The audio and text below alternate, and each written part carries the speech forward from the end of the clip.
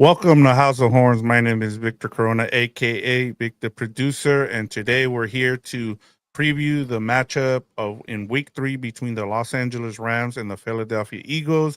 And joining me, as always, is Gilbert Manzano, who does it for Sports Illustrated, MMQB. Gilbert, are you tired of the tush push? And how many times will we get into talking about the tush push in this episode today? Not really, but I'll say this: I'm a little bored with ego games, and because they're just not appealing. But I do appreciate the tush push. I do appreciate the execution. I do appreciate the weapon that they have there. I appreciate the work that goes into having big bodies execute at that level, and then investing in that in the draft and free agency. It's an advantage. Don't cry me a river and try to get it out the game. Sean McVay was one of those people saying, "Get it out the game." So this could be uh, a game where the Eagles say, "Okay, you don't want it in the game. Maybe you'll get rid of it next year or the year after that, but not today. Here's a touch push." So it's on Sean McVay to find a way to beat it. And then if he beats it in this game, Victor, and he wants to complain about it in the offseason, I'm like, sure, go ahead, McVay. You know how to beat it now. You want to get rid of it still?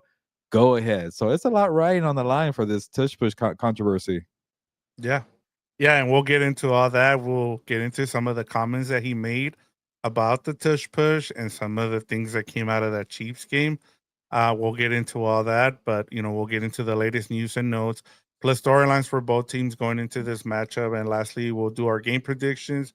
But before we get to all that, Gilbert, and we preview this matchup, do you have an engagement question for our viewers and listeners? Yeah, it's a big game vibes here for week 3 at House of Horns. Rams versus Eagles divisional playoff rematch. Remember, those Rams were this close to beating the defending Super Bowl champions. Matthew Stafford trying to connect with Puka Nakua. So, what is it here? What are the keys to a Rams victory to beat the Eagles? Do you feed off of that motivation, that revenge factor of being this close to beat Philadelphia when the Chiefs got blown out, Commanders got blown out, the Packers got blown out, not the Rams? Is that the way you beat them, by being hungry and want to inflict some pain on the team that gave you pain all of offseason? Or is it you show off Nate Landman? You could now stop the run. You could stop Saquon Barkley in the tush push. You got bigger bodies. Your DBs are playing better. You could cover better. Uh, your big boys up top are playing better against the run. You got Puna Ford now. Are these the pieces now that you got in the offseason to beat the Eagles?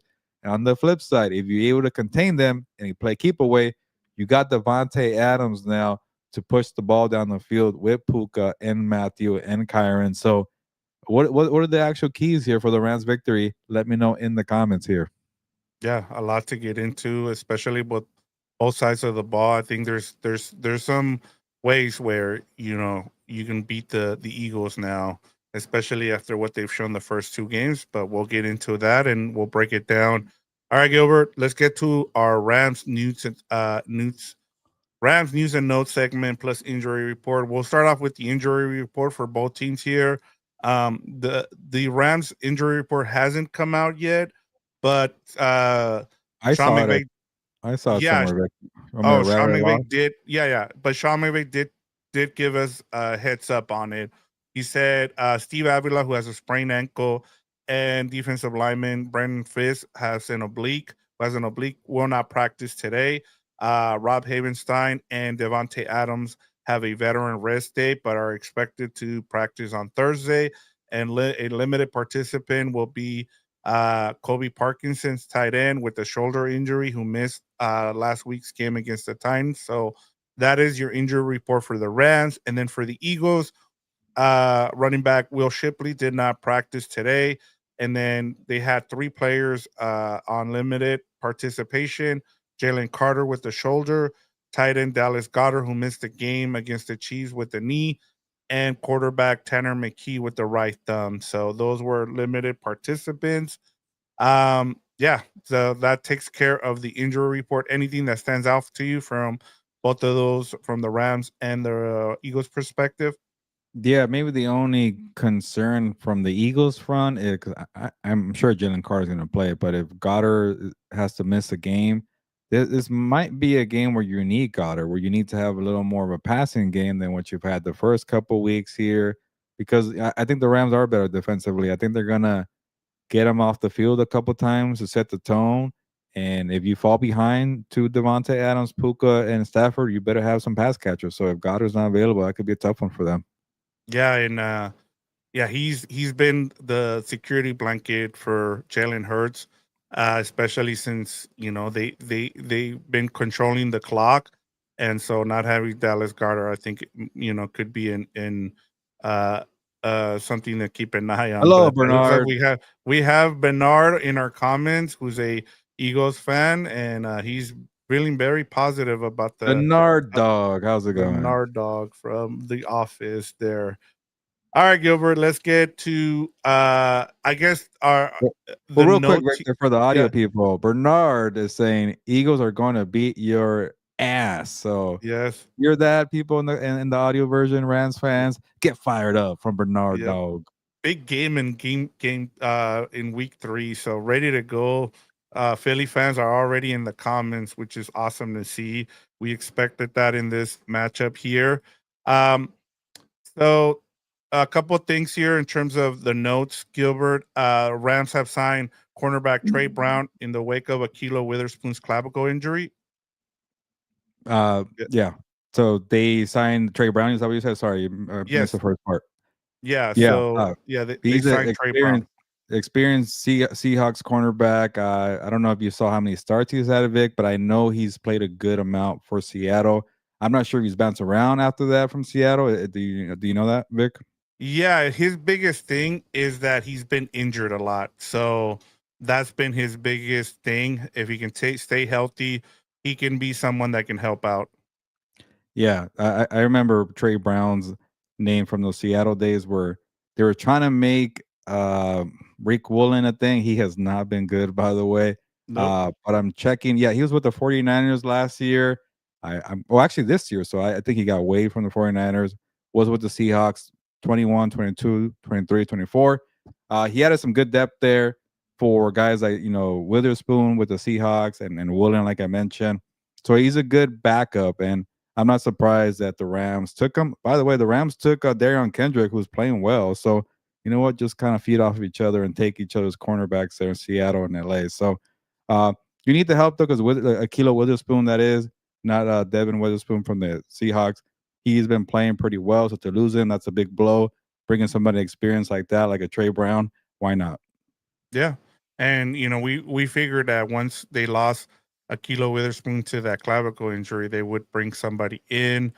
Um, Another thing, kind of, just in terms of where Puka just continues to break records or be at the top of his game. Puka Nakua is now second all time with 16 games of 90 plus receiving yards in a player's first 30 games. So Odell Beckham is number one with 18. So, just continue. Puka Nakua just continues to play outstanding, and a lot of the credit goes to him for, continuing to play well.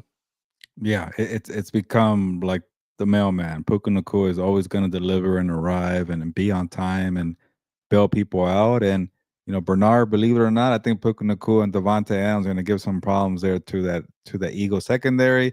But Bernard, if you want to keep trash talking, that's fine. We welcome that here. I got no skin in the game here.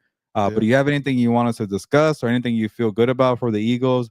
We would love to know here and discuss it. Are you okay with the Eagles secondary? Because I know Quinton Mitchell's been getting burned a little bit there. So yeah, we're encouraging here for dialogue here in Yep. the comments. But yeah, Puka Nakua is always delivering. He's a great player. You could make the case he did not deliver in the Philly game, or maybe it was more Matthew Stafford's part, or maybe it was more Jalen Carter's part because they couldn't connect on that big play there. But for the most part, he usually delivers. Yeah, and now we're gonna get to where we kind of are gonna bridge between news and notes and storylines. So, Rand, you know, Sean McVay was asked about the whole Tush Push situation with what happened with the Eagles against the Chiefs, and so the Rams plan to check with the NFL about Eagles after apparent multiple on-call offsides against the Chiefs. When asked about it by reporters, Maverick said, quote, anytime that you see a certain things, you have conversations with the league office to just make sure you're understanding how it's officiated. How can we coach it? It did seem some of those things last night, and that'll obviously be a talking point because they're such a damn good team, and it's such a successful play for them. So those are conversations with the league office, but I'm sure they'll have some ones and operate within the confines of not getting a little bit of a rolling start before the ball is snapped. So after what we saw, Gilbert, in that Philly game, like I asked you, is this the final year? Like, can you kind of expand on that, or what happens with the tush push now? Is this Yeah. it? Like, what's gonna happen as we head into the storylines now for Rams and Eagles? Yeah, I think the reason why it didn't pass, but it was a close call. By the way, I think the people who voted to keep it were like, "Hey, like they earned it. Like they're like, we are not able to stop it. Like why are we going to take something away because we're complaining? We got sour grapes here." But the more the Eagles win this way, the more they make it ugly, and they're still winning when their quarterback is not passing for 100 yards, and they find the way to the Super Bowl again. I think some of those people that are thinking about competitive reasons are probably like, yeah, you know what? Let's get this out of the game here. Like it's gonna be a good chunk. I'll say maybe 3 or 4 that flip because of that. Like, you know what? I don't care about them being good at this and hurting them for that. We're not winning. And then there's gonna be another chunk that says, you know what? These games are kind of boring actually. Like the ones that think about money, like Jerry Jones. Jerry Jones obviously is a rival of the Eagles. He doesn't want that for them. But you were thinking about like product and the value of the TV networks and getting the best contract, and you're having clunky games like that all the time. People don't want that. So I can see owners and coaches flipping from that. Coaches don't care about stuff like that. But, you know, an owner could be in your ear if you're a coach, like, hey, like, you know what? We gotta think about the money here in the long game. So I think it's gonna pass eventually. I hate that that's what it's gonna come to because the Eagles invest in it and you can't penalize a team for investing in something and being better than somebody else. But I think when you have Sean McVay vouching for a ban, Matt LaFleur vouching for a ban, all the guys who worked under Sean McVay previously, there's a lot of them that helps out Yeah. too. So to me, I will say it gets banned next year, but not this year, and that nobody could stop it, and that's a big advantage for Philadelphia. Yeah, and I think part of it, as you said, I think the people that are mostly against it, that are not like these coaches, if you're just a fan of it, like as a fan perspective, I think it's just become super boring. Part of it too, it's not a football play, and so you understand where people are coming from. If you're an Eagles fan, you love it. It's helped you win, a Super Bowl now, and it shortens the game. And we'll get into how that affects you know the Eagles going forward, because that's part of it. When you have your quarterback throw for 101 yards in a game and you still win, that's an advantage for you. I remember watching a game last year with the Eagles and the Steelers where they just pretty much had possession of the ball for an entire quarter in the third quarter, Gilbert, and they just took the soul out of the Steelers in that game because of it. And so that's such a huge advantage. But at the same time, Gilbert, when you're a football fan and you want to watch a lot of teams score points, you can't have one team control a whole quarter with their possession. So I think that's part of the the the thing that people are against, and I think what might end up being the reason why they get rid of it. Yeah, the Eagles just they know how to avoid third and long so they could get into these short yard situations to essentially get a free down. Like if it's 3rd and 3 and they get 2 more yards on third down, they're gonna go for it every time on 4th and 1 for the tush push. So like they're the only team that's able to operate that way where you know for sure you got no problem, having 4 downs and going for it. Like, and also too, like say you're on one of these long drives against Philly and like you finally get that stop on third down and it's like, all right, you know what? They got 3rd and 5 here. We could get them off the field and they just get a few more yards. They're gonna go for it. And like I saw that game against the Chiefs in the fourth quarter. Like a 3-point lead seemed like a 10-point lead because they couldn't get them off the field. They couldn't stop them in short yard situation. And then the second they stopped Jalen Hurts at the goal line, which I thought he maybe got in. I know Saquon really thought he did. They had another down to go, fourth down. Let's do it again. They're gonna get it. Like, it's pretty much 90% of the time they get it on third down. 110 on fourth down. Like this team doesn't miss here.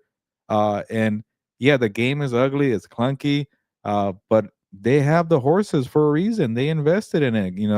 If you're the Rams and your strategy is to not invest in the back end of the defense, well, that's the downside. You play the Eagles, you're gonna probably lose. But they Yeah. got Nate Landman. Let's see what they do. Maybe he is the next Zach Vaughn. Maybe he's 2.0 Zach Vaughn. So sometimes it's about matchups. And if you're not facing the Eagles in the playoffs, this method that Les Snead has where he's cheaping out on linebacker and secondary, maybe that's enough to get it done. But if you're drawing the Eagles, and the Eagles are usually going to be in the playoffs, that's not a good recipe. That's why I'm waiting to see. All right, the changes that the Rams made, is that enough? Was invested in another wide receiver the right play here, and Devontae Adams, or should he have gotten another linebacker or cornerback on the market? Obviously, it depends on who's available too, and then who's available in the draft. But I just don't know, Vic. I don't know if they've done enough to stop the tush push or to get off the field when it matters. Yeah, and we'll see. And we'll talk about some of those additions when we get to the Ram side of things. But let's stay here with the Eagles. I want to make sure we talk a little bit about their storylines here, continuing on with the conversation outside of the tush push, because this team has a lot of things, you know, that they're good at, and they also have some deficiencies in their team that the Rams can take advantage of. So let's start off with the offense here for the Eagles, right? They have a new offensive coordinator in Kevin Patullo. Um, and they become more of a run heavy offense under him, more than they were under Kellen Moore, who they had more of a balanced attack, at least through the first two games. So much so that AJ Brown and Devontae Smith are each averaging 4.5 targets per game, Gilbert, and they've only combined for 13 catches and 104 yards. Jalen Hurts has a total of 253 yards, no passing touchdowns, no interceptions in two games versus the Chiefs and the Cowboys, as the team ran second in time of possession, but they're 29th in total yards. So can this Eagles team, like you just mentioned with the tush push and everything that they do, where they just turn a game ugly and they just continue to win, can that be the recipe for them to win another, to get to another Super Bowl? Yeah, because I saw the Chiefs do it all the time. The Chiefs haven't been the explosive Chiefs for a long time, but they've made it to 3 consecutive Super Bowls by just kind of zombie walking and getting by, winning the margins, winning at the line of scrimmage, playing good defense, and then letting your superstar quarterback make the plays when they're needed. And that's what the Eagles are becoming right now. And people don't view Jalen Hurts as Mahomes, but I've seen Hurts make plays all the time. They always, discredit him. They always say, well, look at the stats. He's not a good passer. He's not top 10. Like, you need decent quarterback play to win the whole damn thing. And I think he's done it. Like, he had a great Super Bowl against the Mahomes Chiefs when they were a little better offensively in 23, I think, or 22. I forget what season that was. He did have a fumble in the Super Bowl. I get that, but he carried that team, and I think to me that said a lot. Even the Packers wildcard game, I thought Jalen Hurts made some good plays with his arm. For the most part, he had some good plays against the Rams, but that was mostly a Saquon game where he ran off. Uh, he lit up the Commanders. I thought he did enough in the Super Bowl too, as well. He got some. I know there was a pick six there from the defense. I know, uh, that was more of the Chiefs not doing anything, but I thought he did his part too as well. Jalen Hurts, that is. So uh, they could definitely make it to another Super Bowl playing ugly football. And the scary part about it is like when they need to throw the ball, I think Hurts could do it. He has the horses and AJ Brown and Devontae, and that's the problem, Big. When you've been smacked in the mouth for so long with the running game, and you're thinking, cool, we survived Saquon, cool, like there's not gonna be a running play, and then Hurts drops in the back in the pocket. It could be two things. He could run with that damn football like he did in week one against the Cowboys. That's part of being a quarterback. He makes the plays. I know he's not passing it, but that's a dangerous element. And then when he's on the run, you got to still cover AJ Brown and Devontae downfield for how many seconds? It's a lot of discipline, and they just beat you up mentally, physically, in so many ways that, ugly or not, I think that's going to work and get them to another Super Bowl.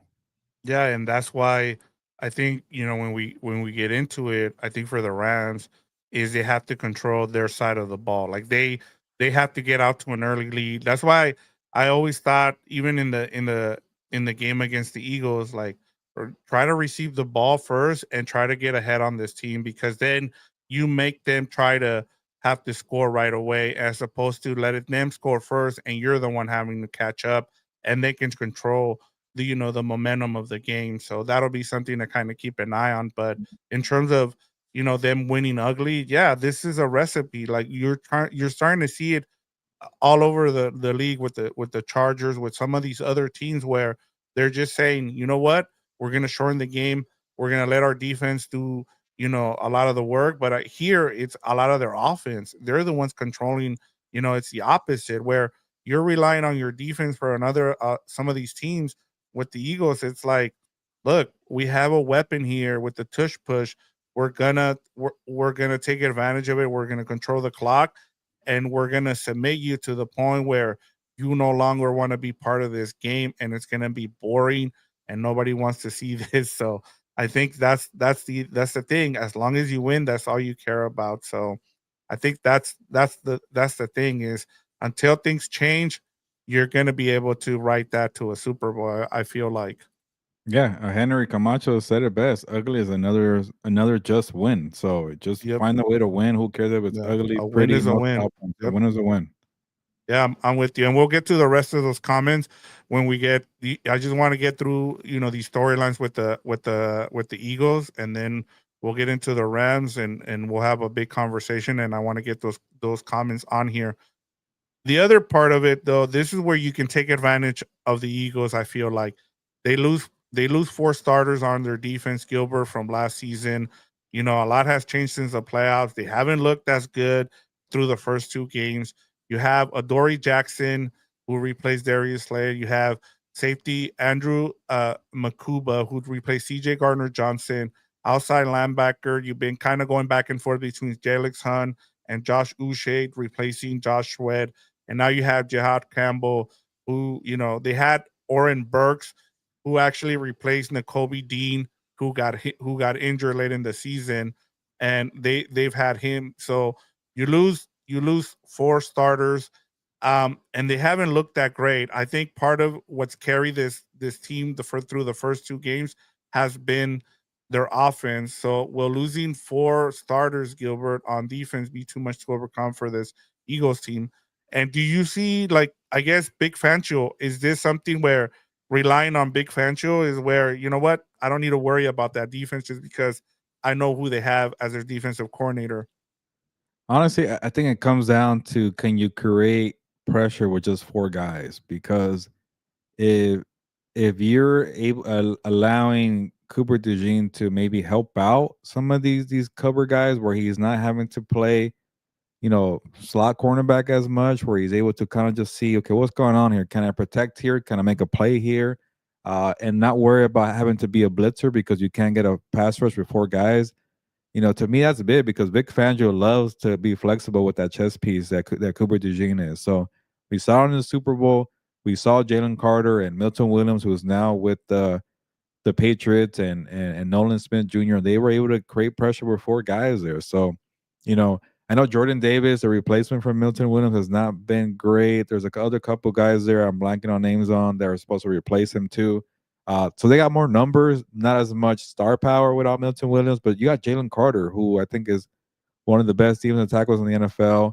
And can you get Nolan Smith to produce what you had with Josh Sweat? That was a big loss too. He's not a superstar name, but he's a consistent playmaker. And I think a lot of these guys were feeding off of the guys you mentioned that left and in free agency. So that's a big loss. But the one thing about GM Howie Roseman, he knows it's hard to pay everybody. He knows that people are going to take the bag and move on. So he's always investing in positions in the draft to know, okay, you might not play the first couple of years, but we'll have you ready for when your time comes, and let's see what you do there. And credit to him, even with the pick with Campbell, the linebacker. He just signed Zach Vaughn, and you would think they're set there. They're like, no, we need more numbers because you just never know who you're going to lose injury wise or free agency wise, trade wise. This team doesn't settle, so I'm not worried about that. But yeah, if you're not able to create pressure with four guys, that's where like the numbers are a little they're changing a bit because Vic Fangio loves this too high shell where he doesn't want anybody to get beat downfield, and you're not able to do that if Quinion Mitchell's getting burned, if he's not the real deal who benefited from playing from a veteran field secondary, then that's going to take away from what Vic Fangio wants to do. And kind of a sidebar here is like I had trouble deciding who was better between Cooper DeJean and Quinion Mitchell, and it's like, well, Cooper is very versatile. He does so much, but like it's not easy defending the number one receiver on a weekly basis on the outside. So I was favoring Quinion more, but I'm starting to see that like it was Cooper DeJean that's holding it up. Like Quinion was benefiting from playing with CJ and Cooper and Darius Slay, where now he's a little bit on an island and not as much help. So when it's kind of the same thing with Kyle Hamilton and the Ravens, right? We're like, if Kyle Hamilton's not being asked to help in coverage and he's able to be a free roamer, that's when they play better, I think. But it hasn't been the case. Kyle Hamilton has been needed to play center field, and that's the thing with Cooper DeJean as well. If he's a real chess piece, usually that the result is pretty well for a big Fangio defense. Yeah, and talking about pressure, that's been the biggest issue so far for this Eagles defense. And where I kind of like, we'll get into some of these comments here as we get into the keys, but they only have 2 sacks. They've only sacked Dak once, and they only sacked Mahomes once. So, but they're trying to create. I saw a lot more blitz packages in that Chiefs game than I've seen before from a Yeah. big Fangio defense, and so that'll be interesting. That'll be something to kind of keep an eye on in this game, whether or not Big Fangio tries to throw some blitzes at this Rams offense. Um, and it showed me a lot too, Gilbert. And I know, especially playing in the elements there with the snow last year, the fact that the Rams were able to move the ball on this Big Fangio defense, that because for a long time it seemed like Big Fangio had McVay's number. And so that'll be something to keep an eye on, limiting the pressures by the Eagles in this game. And I think that's it. I think it's a big thing too that you lose 4 of those starters. How long is it going to take for Big Fangio to be able to have the guys he wants out there to be able to call specific plays? I think that's also the fact that you're getting the Eagles early in the season where you can take advantage of it. If you're Sean McVay, I like their odds here, but yeah, I just feel like watching those first 2 games, being able to watch that Dallas just move the ball on, and I get it. There was no Jalen Carter. I know everybody, but then even having Jalen Carter back, you the Chiefs were able to move the ball even though they didn't have the same. Look at what the Rams are going to be able to have against them. Devontae Adams, Puka Nakua, they can throw a lot of offensive players at them. So that'll be something that I want to keep an eye on in this game, and I think it'll be a big key. Yeah, we'll get to the Rams at some point, but I think what the Rams did offensively could maybe hurt the Eagles' defense where they lost these 4 starters. Yeah, and we'll get into it now. Let's go over to the Rams and let's get to these comments because I want to make sure that we get everybody here involved. It's good to have everybody here in the comments. Delbert Salgado says, "No snow, we win." Defensive coordinator Shula, third time around. My opinion is the key is along with keeping Stafford clean. Go Rams, puros cuernos. So good to hear from Delbert there. Henry Yeah. Camacho says these 2 teams are similar in the more money is being spent on offense while the defense is what keeps both teams in games. I would agree with that. That's Yeah, pretty on point that's fair. there. Yeah, draft Henry and continue. develop. Yep. Henry continues says I would like to see both Corum and Williams punish the Eagles defense. I think that's a big key, right? Yeah, you definitely got to control the clock, and I won't get into my take yet, but that's Yeah. probably the biggest part to beat the Eagles is by controlling the clock, playing the game on your terms, and the more you could kill the clock, the less you see the tush push on the other side. Yeah. Henry continues on here. He said it's early in the season, so a loss for either team won't hurt too. although the NFC West is tighter so far. 3 teams are undefeated. Three 2-0 teams. Yep. And then That's I the think only everybody's division in above football. 500. They're all at 500 Yeah. or above. Seahawks are 1-1. Cardinals 2-0. 49ers 2-0. Rams 2-0. It is the best division in football right now. Yep. Brian has a question for you. He says, "Where is your LA Kings hat?" Yeah, Brian. Just a quick background story. Being a football reporter, I can't have any favorite teams, and so I don't wear football hats. And then I kind of got tired of wearing Dodger hats all the time. That's like the only team I have here. Laker hats are not. They're not appealing. They don't They're look not nice. cool. You're not cool. Dodger hats are cool, but I have too many of those. And you know what? So I said, why not hockey hats? Whenever I go to a new city, when I was in Seattle, I got this bad boy there last year. I was in Vegas over the summer. I got the Golden Knights there. And I'll put it this way, Brian. I don't know crap about hockey, but I like the hats, and there's no conflict of interest for me as a reporter. But I do need some LA Kings hat. But I'll say this, Brian. I think I'm leaning towards getting an Anaheim Ducks hat first because I live in Orange County and Anaheim is down the road. So I don't know. And I like that they're going back to the old school Ducks logo. So quick sidebar on hockey there. But I will get an LA Kings hat eventually. I think their logos look cool too. There you go, Brian. Uh, Henry Camacho says Shelton at center is a plus. I like the Randstad on the O line. Yeah. In terms of the injury report, it looks like Avila was working on the side today, so there is a chance that he plays in this game. Yeah, that'd be big. I think the offensive line has been a nice surprise. They've been playing well. They've been run blocking. They've been helping out Stafford. So, yeah, if you get your full lineup out there, I think Shelton has been better than what I was expecting after what he did in Chicago, and that was more Chicago's problem than maybe Coleman Shelton. So, yeah, again, control the clock, run the football, push them around. Let's see what they do. All right, we have a Philly fan in here. Scream. He says, "With all the starters, job will lose. We call y'all Saquon's favorite team at my house." I mean, I can see why. I Yeah, mean, yeah, Saquon's pretty mumuch had 200-yard games in both games against the Rams last year, so I yeah. can If he totally does that see that. again, they're gonna lose again. The Rams, that is. So, Yeah, yeah. you can't allow Saquon to run for over 200 yards. Brian Smith says, "I think I'm the only Rams fans who doesn't believe we can compete with Philly." Ah, That's a good thing. So there you go. yeah. You're S just being a realist. Bad matchup. Yep. Scream says, "And we have the youngest defense in the league and are growing, and they did way better against Patrick Mahomes." Uh, I would say the other guys when they faced the in the playoffs played better than the young guys, but they were at Arrowhead. So, like I said, it's gonna take some time for that Philly defense to come together. They have a lot of young guys, like you mentioned. So I feel like playing them early is a good thing. One last one here from Henry. Going back to the Bears game and to it, McVay has learned how to deal with the Fancho system. So yeah, that was pretty much what pretty much wrecked the McVay offense, and the Patriots exploited in the Super Bowl and took advantage of it. Yeah, I'm ready for these Rams storylines here because All right. I want to get into Devontae Adams talk. Yep, let's do that. So, talking about like moving over to the Rams now, Gilbert. Most of the Rams offseason moves seem to be geared towards beating their Eagles, going out and signing Devontae Adams, Puna Ford, Nate Landman.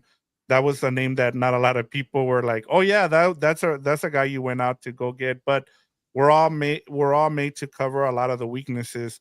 Philadelphia exposed in their first two matchups, as Scream brought up. Saquon ran over 200 yards in both of the matchups. Um, so Adams allows the Rams the ability to be more balanced on offense instead of being heavily dependent on Puka Nakua, because as we saw in the playoff game, they took away Puka Nakua, Yeah. while defensively Ford and Landman shore up the run defense that got Saquon those 200 yards in both of those matchups. So will the changes over the offseason be enough to beat the Eagles in this matchup and eventually in the playoffs? I'll say defensively, no, but I think I'm gonna put more stock into the Devontae Adams signing being more of a play to match up better with the Eagles. And I know that sounds a little weird because he doesn't play defense, but we know this team doesn't invest in the back end of the defense, and they invest in wide receivers. They invest in skilled players offensively. I'm sure they'll pay Jared Verse when that time comes, but they're just not used to paying. Unless you're like an all pro, you'll get paid for sure. Other than that, you could be on the chopping block. If you're not Aaron Donald, like you won't get paid. But they do pay wide receivers, and I think Devontae Adams were, you know, too many people are making a thing of like they don't have a vertical threat. They don't have a speedster. They don't because you want your three guys, right? You want your slot guy, you want your receiver, and you want your guy who could be the vertical threat who plays more of a Z.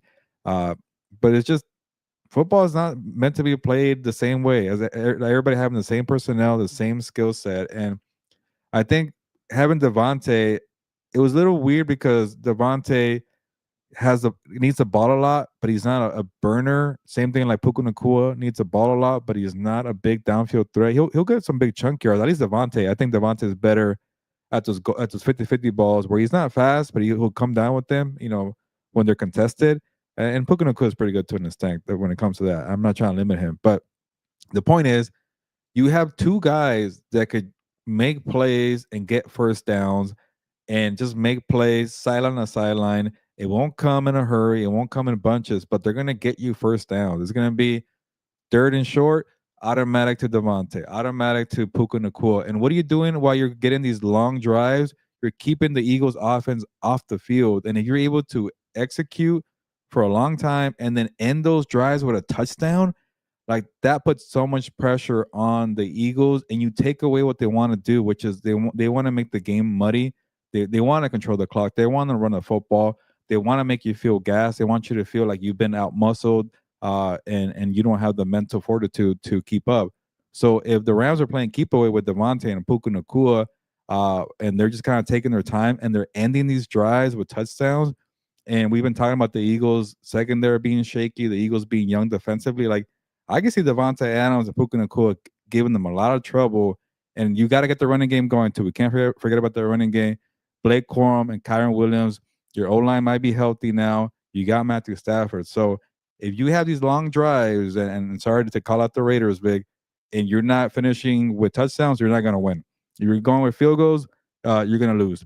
So if you end these long drives, even though they take 10 minutes, you're going to win probably if you got touchdowns. So to me, I think Devontae was added to be a piece to potentially beat the Eagles. I know that he's not playing defense, but to me, this keep away style could maybe benefit them against the Eagles. If you're playing the Lions and you're playing in a shootout, not having burners and vertical threat guys, that's where it could hurt you. But with the Eagles, maybe it's a benefit to have two guys that have the same skill set.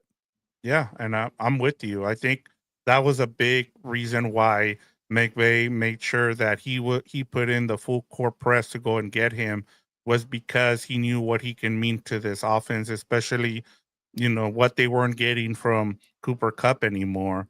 And I think my biggest thing was, okay, well, is he willing to do the dirty work? You don't really need him to do the dirty work because you have Jordan Whittington, doing the dirty work. And you look at the snap count now, Oh Gilbert, yeah. he's out snapping, so I just don't want to keep bringing his name up, Tutu Atwell, just because it feels like we just dunk on him. Yeah. But that just tells you that, the number 3 guy is Jordan Whittington. And and then you have your tight ends. And then I would like to see more 12 personnel in this game, especially against that Eagles defense. But in terms of the moves, they were all geared towards beating the Eagles. I mean, they saw what they needed. Yeah, you're not saying, "Hey, go out and shut down Saquon Barkley and hold them to 50 yards." You're not going to do that. But going out and getting Puna Ford, getting a Nate Landman who can, you know, who are able to stop the run.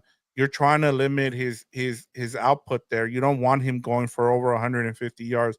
You want to limit him to under 100 yards if you can, and then you take your chances that that defense can continue to get to Jalen Hurts like they did in the playoff game. You got 6 sacks on that offensive line that is the best in the league. So, you don't have a Mekhi Beckham. You have a new right guard there as well. So take advantage of it. It's take advantage, make sure you have the Eagles on 3rd and long, as opposed to, hey, if they're 3rd and 5, 3rd and 2, you know what they're gonna do. They're gonna try to milk the clock, run the tush push, and then you're at their mercy. But I feel like yes, the moves that they made were they didn't look around. They looked around the NFC and they saw, hey, if we're gonna get there, we need to beat the Eagles. They didn't look at the Lions, even though I feel like the Lions, are probably a little bit of a team too that they need to make sure that they look out for and they're making moves. But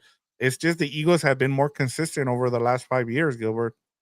Yeah, like I'll be clear and I'll say this. Like I thought the Rams should have done more defensively to combat Saquon Barkley and the Eagles, who are not gonna, just roll over and get out the way for you. They're gonna be there. They're gonna be in the mix. But one thing that maybe I'm overlooking, and maybe one thing that Les Snead is putting more stock into, Chris Shula and Sean McVay, is the growth of the young defensive front. Like, yeah, you guys got whooped against the run. You got whooped by Saquon. You guys are rookies, first year guys, second year guys. Can you now take pride in your work and get better? And guys like Tyler Davis weren't emerging last year. He's around now. You have more depth now, like you mentioned with Puna Four. I know Puna Four was a ride, just a ride, but Byron Young seems like he could get better. Like Byron Young had a great game last week. Maybe there's something more He's than just he's being. been the best defensive player. I mean, he got a 90 grade on PFF. Take whatever you want from that.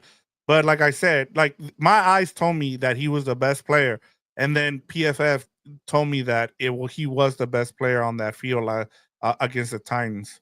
Yeah, there was times where I felt like it was just Jared Verse making the impact plays. So now if you have more guys to make impact plays, maybe I know Braden Fist didn't practice. I forget the reason. Yeah, he didn't play most of that game either. He Yeah. went out with an oblique. Yeah, so hopefully he's healthy and ready to go. But he's a second year guy. Maybe he got better too. Kobe Turner, maybe he worked on the running game too. So maybe Nate Landman is that big of a difference. But also part of it is like you got young guys who are emerging and getting better. And I think that's a lot of the stock that Leslie's putting into to keep the philosophy of having expensive wide receivers and you pay guys like Puno Ford. Uh, I still think they need more in the secondary. I still think they need another big physical downhill runner or linebacker that is. But maybe Nate Landman shows out and tells me I am the next Zach Vaughn. I'm here. I'm ready. And playing the Tennessee Titans and the Houston Texans is one thing. Playing the Eagles is another. So let's see what they got.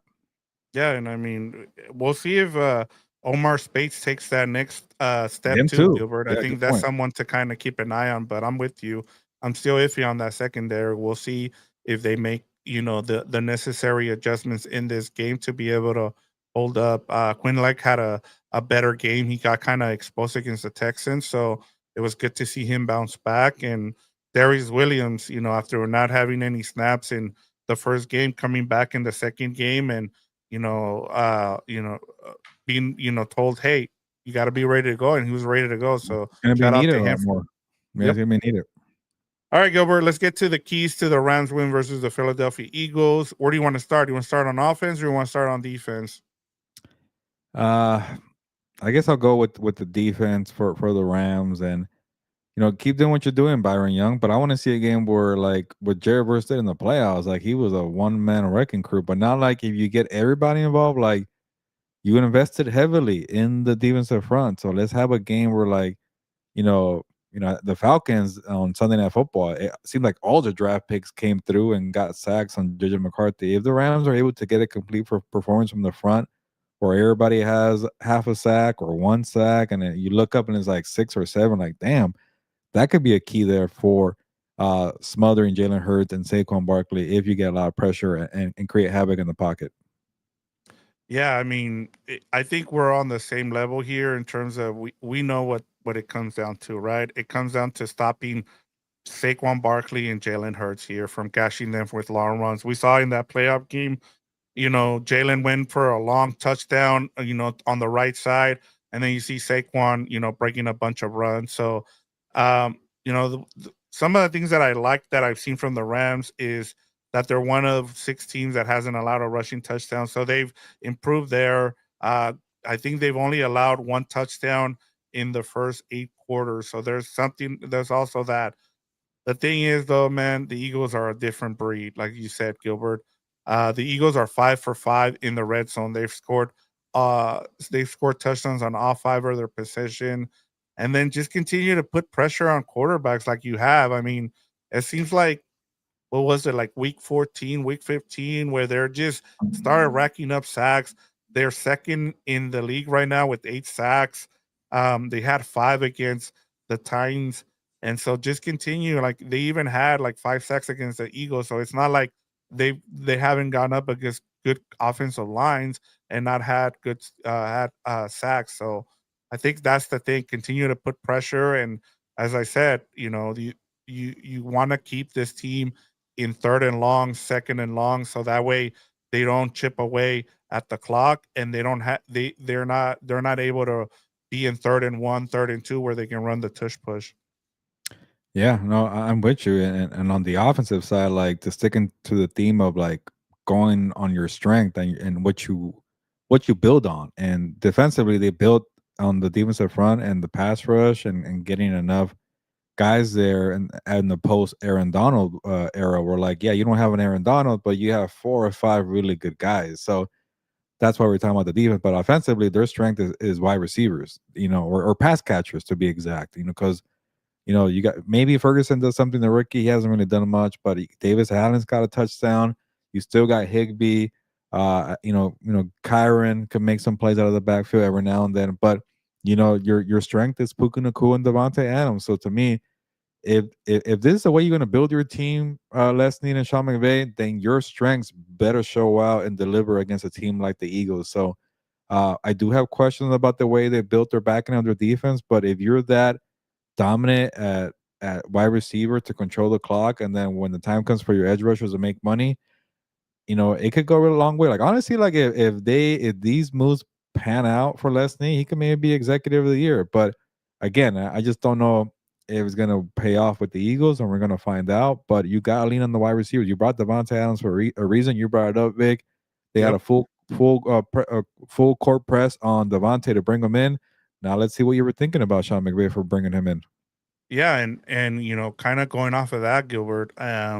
My and I've been on this for the last couple years now with Sean McVay is just the red zone play. It hasn't been good. Like they're 5 for 9 so far, which ranks 21st in the NFL.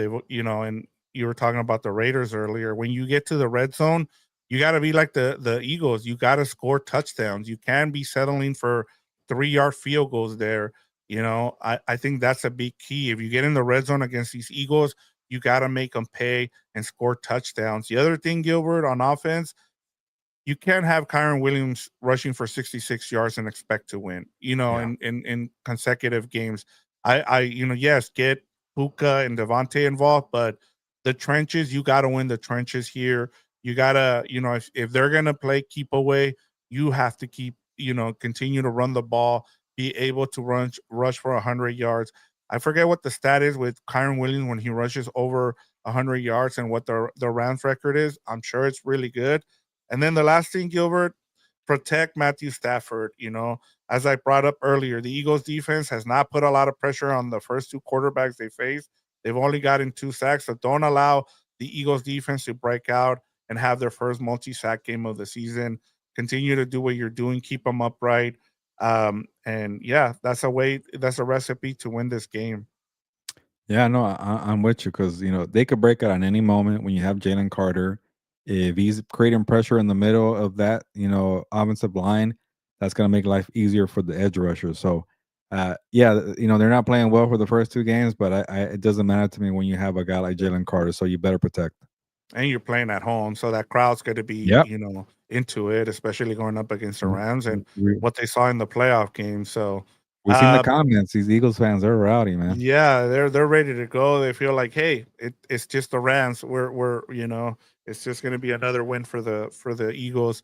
Let's get to a couple of these comments and we'll close out things here with our game picks. Henry Camacho says, "Too bad it's an early game." That's the thing, Church. Gilbert. It bothers me that this is a 10 a.m. game or 1 o'clock on the Yeah. East Coast. This should have been a 4 o'clock game on the East Coast and a 1 o'clock game here in on the West Coast. Yeah, I'm definitely with you. I know we're pressed for time, but let me look at real quick. What's that 125 game? Do you know? I don't Uh, know off of hand because I 'Cause know it it's has to not be better than Chargers this. Broncos, is it? And Oh, it's not no. is it Yeah. Cowboys Bears? Because that's the one Yeah. that Yeah, it's Cowboys, Bears, and then you got Cardinals, 49ers. I'm sure Cowboys, Bears is, America's game of the week, so, yeah. yeah, I'd rather have Eagles, Rams, come on. I don't understand why they chose that. If Eagles fans and Ram fans, if you want to talk shit about the Cowboys, do it because there's no reason why Cowboys and Bears should be the game of the week over the Rams and the Eagles. So if you want to talk shit about anything here with this matchup, do it with that Hey, one because you have a gripe there. I was gonna say, like, maybe Henry could change. I see the other comment here, maybe he could change church time to go on a different night or a different time. Yeah. Go earlier or something like LaBria sports fan says, "Are you able to go to church another time?" Yeah, Hey, come on. there is church on Saturdays too. Saturday, there's a late service on Sunday, you can make it work, Henry. Yeah. Delver says 2-2 over the top and Cardi for the win. So that's what he has. And then Yeah, DJ Fono says, "What's up, Ramalia? I just want to see Whittington with his first TD." I think everybody's waiting for that punt return. yeah. Maybe it's in this game, Gilbert. Maybe I feel Troy like Reader doesn't hold somebody and people I don't feel get like pissed at him. Whittington is never gonna be a guy who gets 100 yards receiving, maybe never a touchdown, but you're always gonna need that guy on your freaking Yep. team. Like he's gonna do the dirty work, he's gonna set people up, and maybe that's okay. But it would be nice if he gets one. Like I feel like it's gonna happen like later in the season where like people want it. It's like they're playing some crappy team, they're up by 30, and like, you know what? It's time to get Whittington in here. It's your time. He's like that old school fullback that just never got the praise, but the 1,000-yard rusher always had to mention him in pressers. That's Jordan Whittington. Yeah, I feel like McVay is gonna do what he did with Devontae Adams against the Titans, where he's gonna will him to try like he's gonna try to pepper him to get a touchdown in the red zone there. Just do like a do a what is that, like an end around where you can get him on a run there. So Yeah, Puka got yeah, one. we'll see. We got Happy Gilmore as well. He says LFG Rams. I don't want to Yeah. say the whole thing because we don't want to Let's freaking go. How about go. that? There you go. That works. All right, Gilbert. The Rams are 3.5 point underdogs. The over under here is 44. What's the right side of this line? Yeah, I know people don't like moral victories here, but I think the Rams are going to cover, and I just don't know if they're going to pull it up. But we'll get my prediction in a bit. But I've been saying the whole show. I got to see it to believe it defensively. I think Devontae Adams is going to make an impact. Puka Nacua will, but I don't know if they're big enough defensively. So, you know, I'll go, with the other side right now, but I think the Rams keep it close, and I think it's gonna be a moral victory talk where like you feel good about it, like hey, like kept it close. I know people don't want to hear that because the playoff game was a similar kind of like hey, you kept it close, but this one feels it's gonna feel like damn, like they did a good job on Saquon. Damn, like it wasn't a tush push that really killed this team. So they'll keep it close, but being in Philly on a tough road environment, it's going to be tough for me to say they're going to win this game. But the points I'll take for the Rams, and I think a lot of people, when it comes to sports betting, have been taking the Rams, so they're getting a lot of support. Yeah, and I'm with you. I like the Rams to cover, and I also like the over in this game. I feel like these teams are finally going to move the ball around. They're going to need to.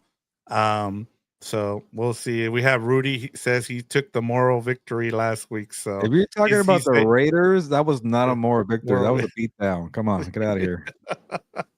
That was All you didn't right, score a Gilbert. touchdown. You don't get a moral victory. You don't score a touchdown. Come on. Yeah. Where are you at here with Rams and Eagles game prediction? Yeah, so it was what 44, the line there. It's kind of a low line, don't you think? There's a reason for it Yeah, because these are the Rams are a good defense, but like you mentioned, the Eagles defense has been great, and the I feel like Devontae could get some points here. So I have something weird where like it's like 24-21, or what is that, 45 points there. So I'll take the over. I don't feel good about it, but I feel like 44 is kind of low. Give me the over here.